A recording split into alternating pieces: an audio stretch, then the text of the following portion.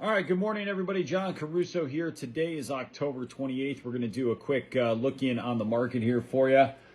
First, taking a look at the S&P 4578. That's up 34 points. The NASDAQ right now 729, hitting another all-time high here this morning. And we've got the small caps leading the way up almost 2% at 2290. Russell 2000 up 40 points.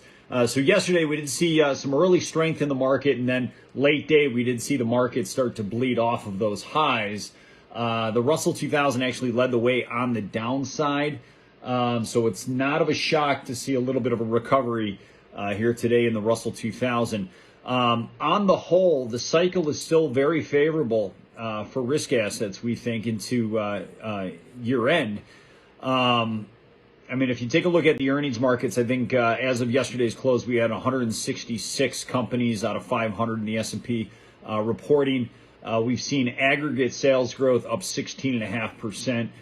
We've got EPS growth up nearly 43%, with about a third of the index reporting so far. So earnings have been, on the whole, they've been pretty solid. The macro data remains pretty solid here as well. And we still think we've got a little further upside to test between now and year end. Now, of course, there's going to be some speed bumps along the way. Next week, everyone's pointing to the midterm elections and, of course, the Federal Reserve meeting. But on the whole, we think things look pretty favorable into the end of the year. And you want to be looking at adding to your core positions on weakness in this market, and cutting bait when you see those rallies ensue. You're able to lift some profit, but still keeping a core position on the whole. Taking a look at oil. Oil down to flat right now, 82.52. That is well off the morning lows. We still think oil prices have further to climb out into the end of the year. We could still see a little more near-term downside, perhaps down along 80, but we think that's a good buying opportunity if we were to see that. We had a 4-day oversold signal on copper trip yesterday. We took a small position on the long side in copper. That's serving us well here right now.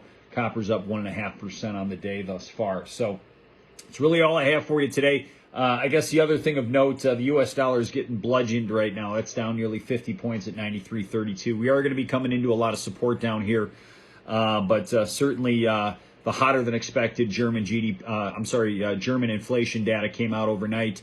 And, of course, the hawkish comments made by Christine Lagarde, the ECB president, this morning, has the euro trading very strongly versus the dollar. Euro's pressing 117 versus the dollar right now. So that's all I have for you today. Good luck to you. We'll catch you back here next time. Take care.